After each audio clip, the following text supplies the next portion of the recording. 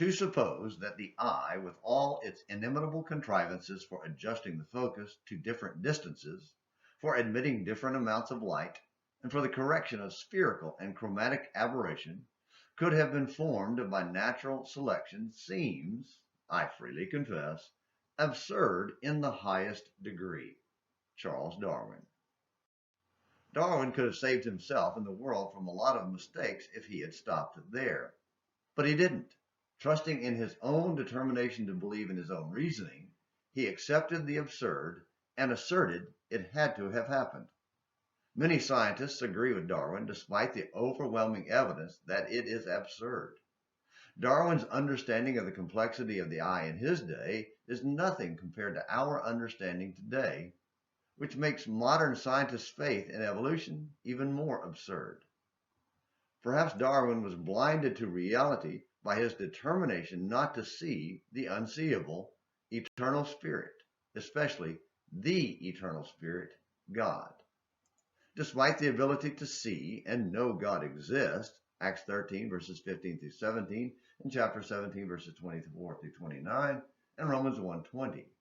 Men make fools of themselves by believing the absurd rather than believing in God, Romans 1 verses 21 through 23. More so because we have the record of men like Isaiah who actually saw God. In the year of King Uzziah's death, I saw the Lord sitting on a throne, lofty and exalted, with the train of his robe filling the temple. Seraphim stood above him, each having 6 wings. With 2 he covered his face, and with 2 he covered his feet, and with 2 he flew. And one called out to another and said, Holy, holy, holy is the Lord of hosts. The whole earth is full of his glory. And the foundations of the thresholds trembled at the voice of him who called out, while the temple was filling with smoke. Isaiah 6 verses 1 through 4.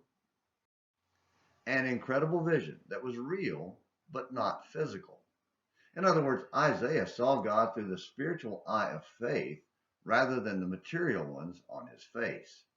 It is as absurd for us to think of this vision in physical terms as it is for Darwin and modern scientists to accept the absurdity of vision evolving through natural selection. As Jesus said, God is spirit, John 4:24, so we must not reduce him to some kind of material, physical being. Over the next few days, we will open the text of Isaiah 6 to see God, not through our physical eyes, but through our spiritual eye of faith when we read and understand what Isaiah saw over 2,700 years ago. But for now, let's end with one question. Will you open your spiritual eyes to see God through the miracle of his revelation? You can, if you will.